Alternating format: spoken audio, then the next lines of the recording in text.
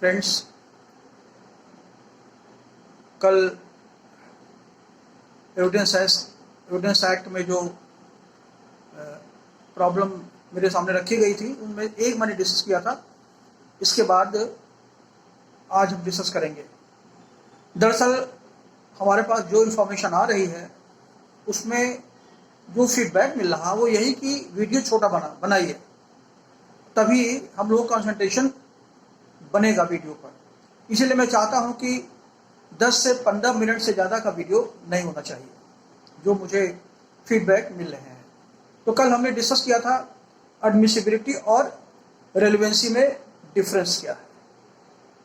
तो एक बार मैं उसके कुछ जो एक दो हाइलाइट्स, जनरल एग्जाम्पल, हमने एग्जाम्पल दिया था कि एक थाली में सामान सजा हुआ है और आपसे कहा जाता है इसी में से लेके खाइए, लेकिन हम उनमें से कोई भी हमको सूट नहीं करता, तो हम सामान बाहर से भी खा सकते हैं। एडमिसिबिलिटी का भी यही फंडा होता है कि जो रेलेवेंट फैक्ट्स हैं, अगर वो उस पार्टिकुलर केस में, पार्टिकुलर फैक्ट इशू में को सॉल्व करने में हेल्प करेगा तब तो एडमिसिबल होगा, नहीं तो ऐसे फैक्ट्स भी हम कोर्ट के सामने लाएंगे। ऐसे फैक्ट्स को भी कोर्ट एडमिट कर सकता है जो रेलेवेंट फैक्ट का पार्ट नहीं है। इस ये प्रिंसिपल को अगर याद रखेंगे तो आपको समझ में आ जाएगा कि एडमिसिबिलिटी और रेलेवेंसी में क्या डिफरेंस है। बाकी तो हमने कल डिस्कस किया ही था। अब आज का जो क्वेश्चन है, question relevancy and admissibility of admission क्या है। एडमिशन आप जानते हैं सेक्शन 17 में एडमिशन को डिफाइन किया गया है। एक ऐसा फैक्ट है या एक ऐसा स्टेटमेंट है, चाहे वो रिटन हो, चाहे ओरल हो या बाई कंडक्ट हो, जो किसी विवादित तथ्य पर, फैक्ट इशू को पर कंक्लूजन देता है, इन्फरेंस ड्रा करता है। और कौन कौन दे सकते हैं उनका मेंशन किया गया सेक्शन 18 से लेकर के 20 में। तो सेक्शन 18 to 20 में जो लोग मेंशन किए गए केवल वही एडमिट कर सकते हैं और कोई नहीं कर सकता। तो जनरल प्रिंसिपल एविडेंस का यही है कि because it goes against me, it is the statement is against the person who makes it, therefore it is always liable to be proved by other persons. I cannot prove my own evidence that I have said or written, but there is one exception in section 21, that is 3 conditions are mentioned where I can demand for the proof of my own evidence. हम वहाँ detail नहीं जा रहे हैं, हमने आपको ये reference इसलिए दे दिया कि आपको याद रहे।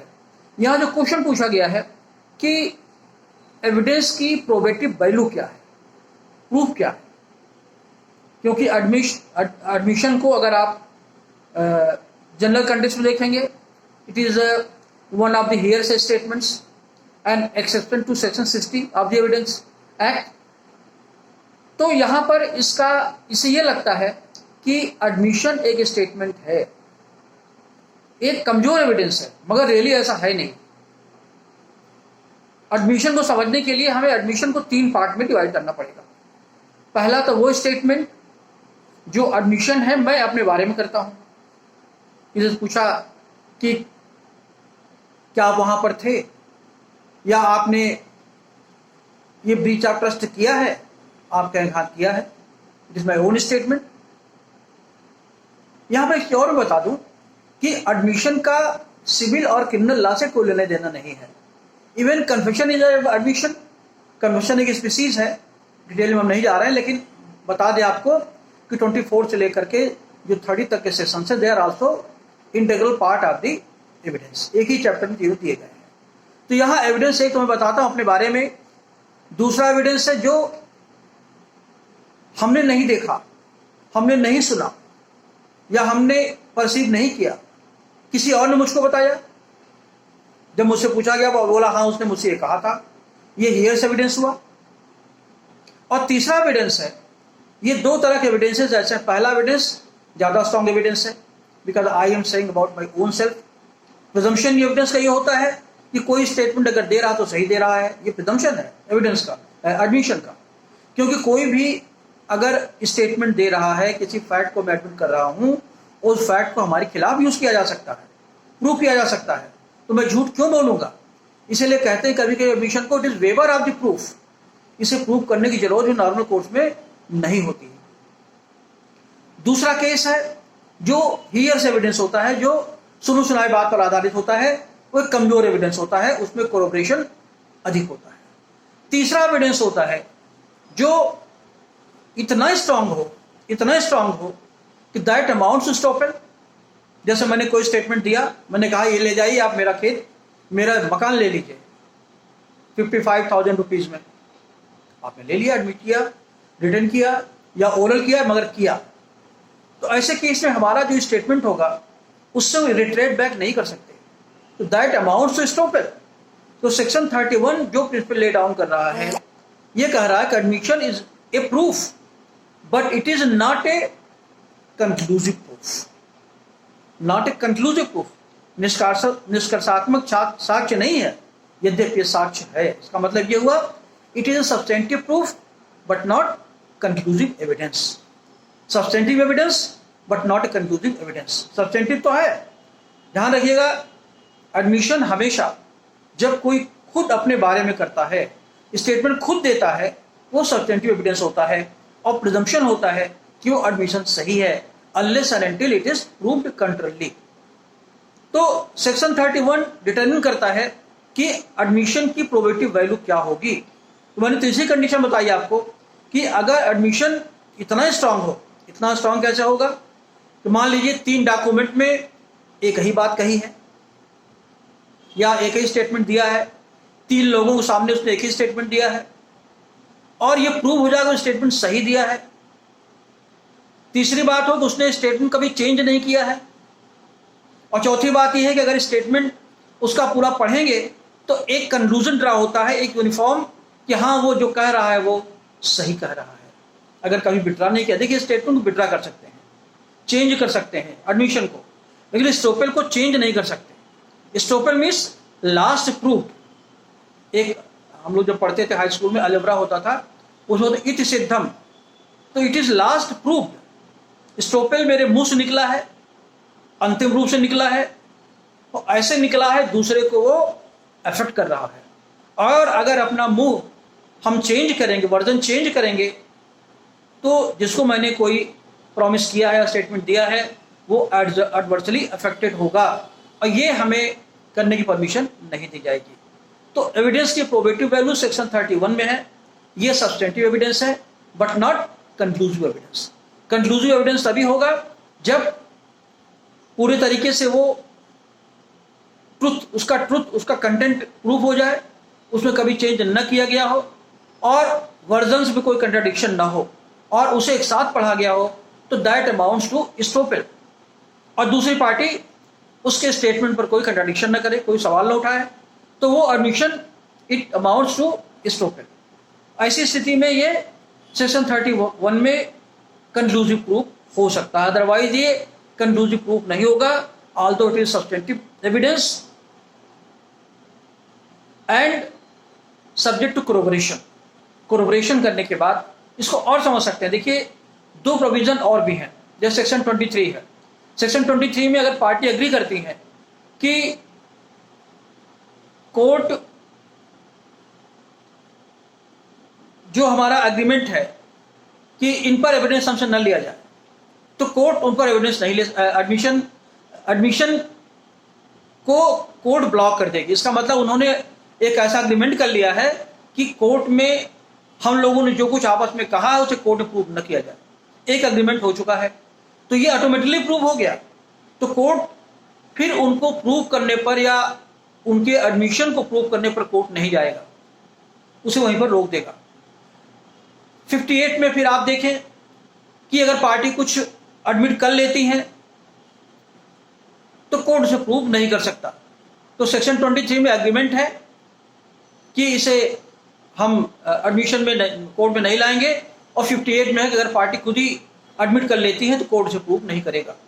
अभी इन सेक्शन 23 में और 58 में देखेंगे कि एडमिशन को कोर्ट रिस्पेक्ट करता है।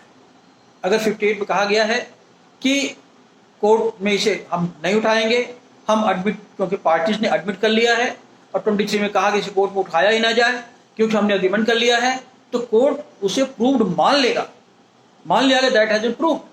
अगर स्टेटमेंट में कोई इन्फॉर्मिटी नहीं है, अगर फैक्चुअली उनका स्टेटमेंट करेक्ट है, तो उनके बीच को जो एग्रीमेंट है, चाहे उसको यूज न किए जाने का या एडमिट कर लेने का, कोर्ट रिस्पेक्ट पे करेगा। इससे क्या कंक्लूड कर रहे हैं हम? इससे कंक्लूड ये कर रहे हैं कि admission is a substantive piece of evidence if every statement in the admission is correct या सब्सटेंशियली करेक्ट। छोटा मोटा कंट्राडिक्शन है तब भी एडमिशन रेलेवेंट भी होगा और एडमिसिबल भी होगा। कल हमने डिस्कस किया था आपको रेलेवेंसी एडमिसिबिलिटी का, वहां डिटेल में नहीं जाएंगे। तो एडमिशन एक गुड प्रूफ है। अगर हियर से एडमिशन किसी के कहने पर उसने एडमिट नहीं किया है, सुनी सुनाई बात का एडमिट नहीं किया है, बल्कि खुद उसने अपने नॉलेज से, अपने वॉल्यूशन से, अपने सेंसेस से जो उसकी नॉलेज में खुद आया उस फैक्ट को, तो वो फैक्ट रिलेवेंट भी होगा, एडमिसिबल भी होगा, भले वो कंक्लूसिव ना हो। कंक्लूसिव होने के लिए जरूरी है सेक्शन 31 के पैरामीटर्स, मतलब वो स्टोपेल के बराबर अगर उसका एडमिशन हो जाए, न तो विड्रा किया उसने, न काट पीट किया उसने, न चेंज किया हो वर्जन को, तो वो एडमिशन स्टोपेल के बराबर भी हो सकता है। दूसरी पार्टी कह सकती कि उन्होंने हमसे एडमिट किया था और इनको रिट्रेट बैक मुकरने न दिया जाए बिकॉज इट अमाउंट्स टू स्टोपेल। ये क्वेश्चन का जो आप पूछा गया था उसका आंसर ये है कि एडमिशन की प्रोबेटिव वैल्यू है, एक सब्सटेंटिव एविडेंस है। अगर उसने जो कुछ स्टेटमेंट दिया है अपनी वही दिया है जो उसकी नॉलेज से खुद आया है और डिलिबरेटली दिया है, एक्सीडेंटली नहीं दिया है, और उस स्टेटमेंट में कई बार अगर उसने चेंज स्टेटमेंट दिए हैं उसमें कोई चेंज नहीं है, यूनिफॉर्मिटी है, तो that can be treated to be an substantive evidence. तो हियर से एविडेंस को छोड़ दीजिए, तो एविडेंस जितने भी होते हैं सब सब्सटेंटिव एविडेंस होते हैं। ठीक है, कोर्ट की डिस्कशन है वो प्रूव करे, लेकिन it is part of the evidence, तो रिलेवेंट तो है ही, साथ साथ ऐसा एविडेंस जो सही है, जो करेक्ट प्रूव हो चुका है, वो एडमिसिबिलिटी भी है सेक्शन 136 में। दूसरा क्वेश्चन था कि ए पर्सन, हिंदी बोल देता हूं, कोई भी पर्सन एक अकाउंट मेंटेन करता है, वो अकाउंटेंट है किसी का, उसका जो एम्प्लॉयर है उस पर एलिगेशन लगाता है कि तुमने गड़बड़ी की है,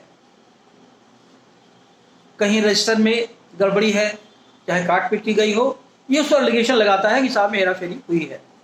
ये केस किस में, देखिए ये तो क्रिमिनल डिसअप्रोबेशन का केस होगा, तो जब केस कोर्ट के सामने मैटर आएगा तो रिलेवेंसी कहाँ होगी? ये रिलेवेंट होगा फैक्ट, अकाउंटिंग में गड़बड़ी होगी, अकाउंटिंग सही है या गलत है, फॉल्स है या करेक्ट है, ये फैक्ट रिलेवेंट होगा सेक्शन 34 एविडेंस एक्ट में।